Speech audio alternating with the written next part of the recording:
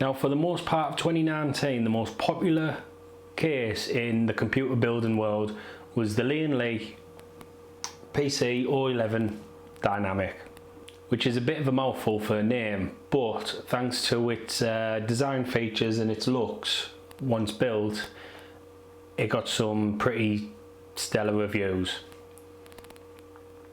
But I'm not going to do just another review where I read the specs and I show you some close-ups of the case. Instead, I'm going to talk about 3 minor obstacles that I came across while building in this case. And to be honest with you, you can't really fault the case. It was more myself, needed more time to do a little bit of planning. Don't forget, if you like this video, hit the subscribe button, hit the like button. If you don't just hit the thumbs down button. Please leave a comment down below to why.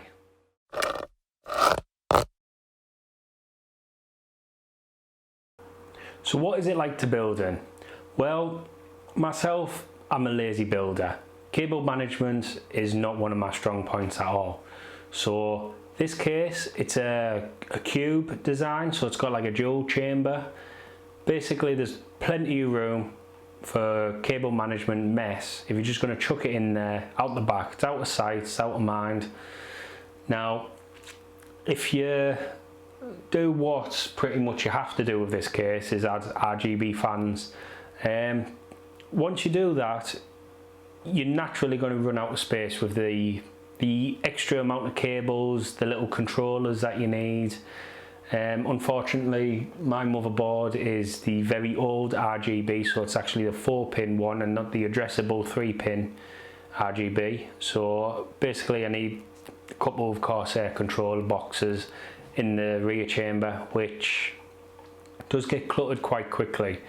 I could have removed the drive cage for the two bay drive cage that I could have made more room for, but I have 2 SSDs which I have mounted in there, so basically that's added more wires. It's took a little bit of the room up. Out the back you've got a bit of like a supporting bracket which comes off with 3 screws, 2 thumb screws and a little, it's like a hard drive mounting screw.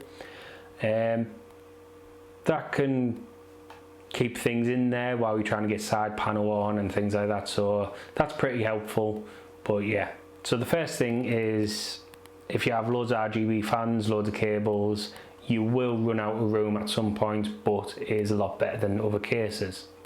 Which brings me to the main chamber, which has all the good looking stuff on show. You know, you've got a glass panel at the front, you've got a glass panel on the side, so everything you have is on show.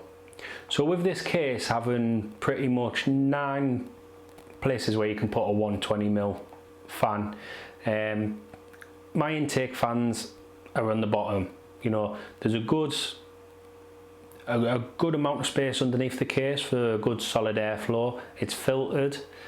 Now the issue that I came across was the Corsair fans slightly clash with some of the headers on the bottom of the motherboard. So things like your USB 2.0 header, your front audio headers, your things like the power switch header, things like that. So basically that's my first don't like about this case.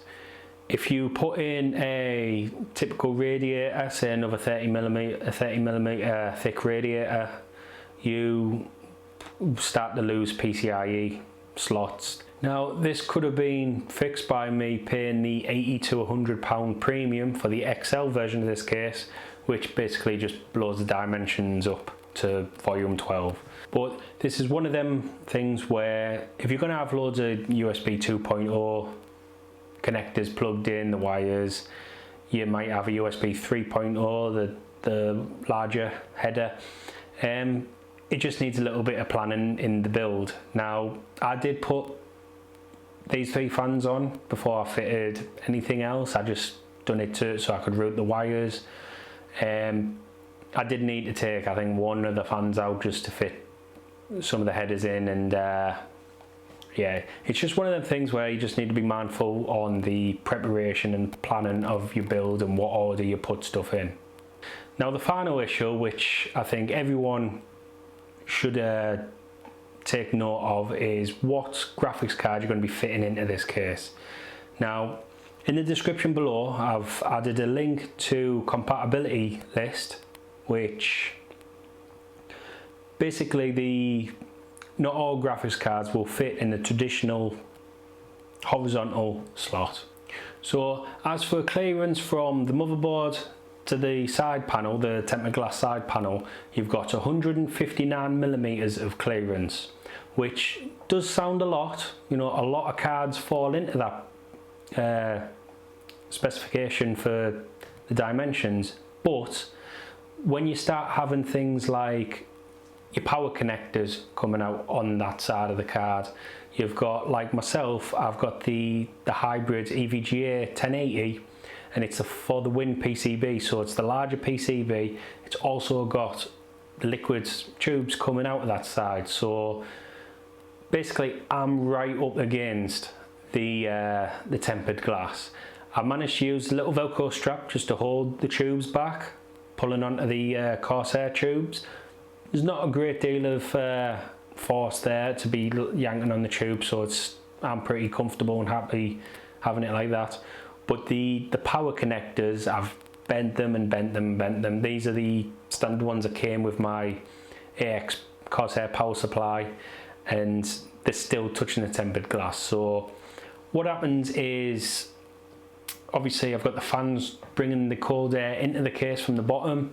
The cables make a little bit of turbulence, and on the tempered glass I've noticed some streaks of dust, which obviously this is going to be a dusty case regardless. It's slightly open at the back, and yeah, so it's a case that you're regularly going to be cleaning anyway.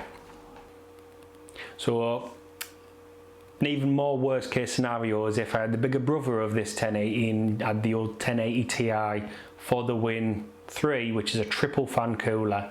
It's 16mm more depth on the PCB than mine, and you would not be able to plug the power connectors in with this side panel. Now Lian-li have got a vertical GPU mount for this case. It's an add-on, so it's a bit of a premium to buy it. The only problem is it mounts the GPU onto the base of the case, so in my situation, if I went for that kit, I would lose the 3 intake fans on the bottom, which I'm wanting that thing, so I haven't bought the vertical GPU mount. I'm currently looking at third-party ones. I think Cooler Master do one which actually mount the full GPU onto the slots at the back of the case, so it doesn't touch the bottom, and I'm just trying to do a bit of research to see if there's enough clearance there. If you know of another GPU vertical mount kit that would give me the clearance on the bottom, leave it in the comments below. Something that I'm actually looking to purchase. So now some closing thoughts. Now I've built in the case, I've lived with it for 4 months. I love it, I love the look of it. It is in size, it's a downgrade from my Corsair 780T, which was just huge. I bought that with the intention of water cooling the hell out of my rig, but that has not materialised. So I've downgraded in size, but I've took a massive step forward and a massive step up for quality. It's a metal case, it's tempered glass, it's super modern. Chuck in some RGB fans, and you know, for the price, it is a really nice case to look at. So yeah, the issues that I came across, things about the fan clearance with the motherboard on the base, on the bottom of the case, the GPU height, the cable management, this is all issues that it just needs a little bit more planning. For me, it needs for me to not be as lazy with cable management. I'm looking on GPU mounts, and as for the fans, I can live with it. Just You know, if I need to plug in anything else in them bottom headers, I know that I just need to take one of the fans out instead of trying to squeeze my large hands into there. So if you've came across anything with this case, why don't you leave a comment down below, share your thoughts, and yeah, so thank you for watching, and I'll see you guys in the next video. Thanks.